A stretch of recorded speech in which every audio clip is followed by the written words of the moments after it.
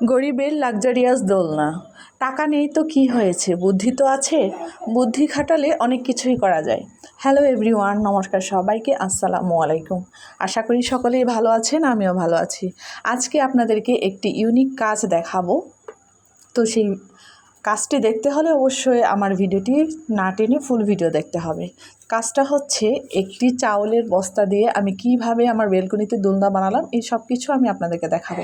তো এইখানে হচ্ছে একটি 50 কেজি চাউলের বস্তা আমার বাসায় ছিল, যেটা দিয়ে আমি আমার বেলকনির জন্য দোলনা বানাচ্ছি। আপনারা দেখতে পাচ্ছেন অলরেডি হচ্ছে আমার দোলনা বানানো শেষ হয়ে গেছে। এখানে আমি একটা লম্বা রশি নিয়েছি, যেটা অনেক মজবুত, আর সেই রশি দিয়ে বেলকনির যে গ্রিলটা আছে, বেলকনির গ্রিলের সাথে জানালার যে গ্রিলটা আছে, দুইটার একসাথে বেঁধে নিব। তার আগে আমি হচ্ছে এই বস্তার দুই মাথায় যে রশি আছে, রশিটাকে অনেক শক্ত করে বেঁধে নিয়েছি।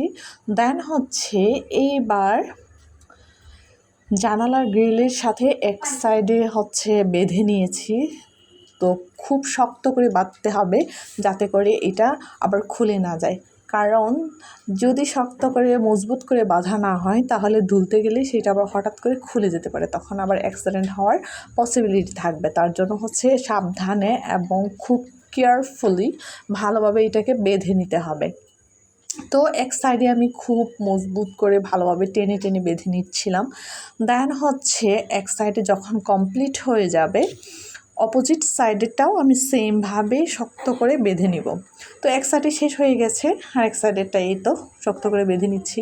তার মাঝে যখন বাঁধছিলাম, আমার বান্ধবী আবার বলতেছিল যে এটা হচ্ছে নিচু হয়ে গেছে, বড় মানুষের জন্য আরেকটু উঁচু হওয়া দরকার। তার জন্য হচ্ছে আমি দেখে নিচ্ছিলাম।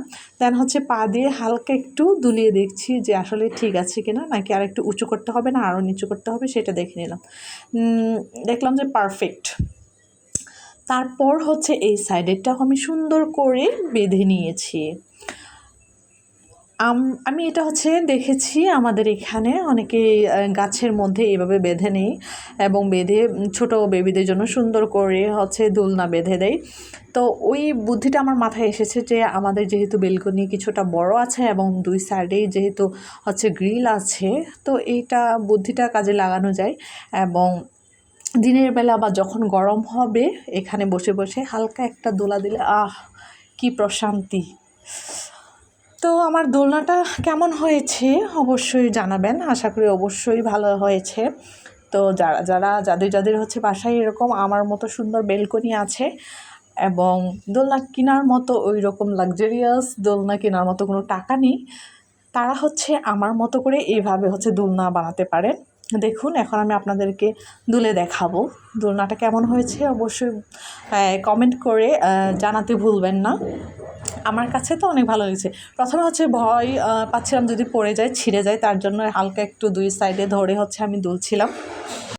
ভিডিওটি যদি ভালো লেগে থাকে অবশ্যই লাইক, কমেন্ট, শেয়ার করে পাশে থাকবেন। ফুল ভিডিওটি দেখার জন্য আপনাদের সবাইকে অসংখ্য ধন্যবাদ। Tata, bye bye.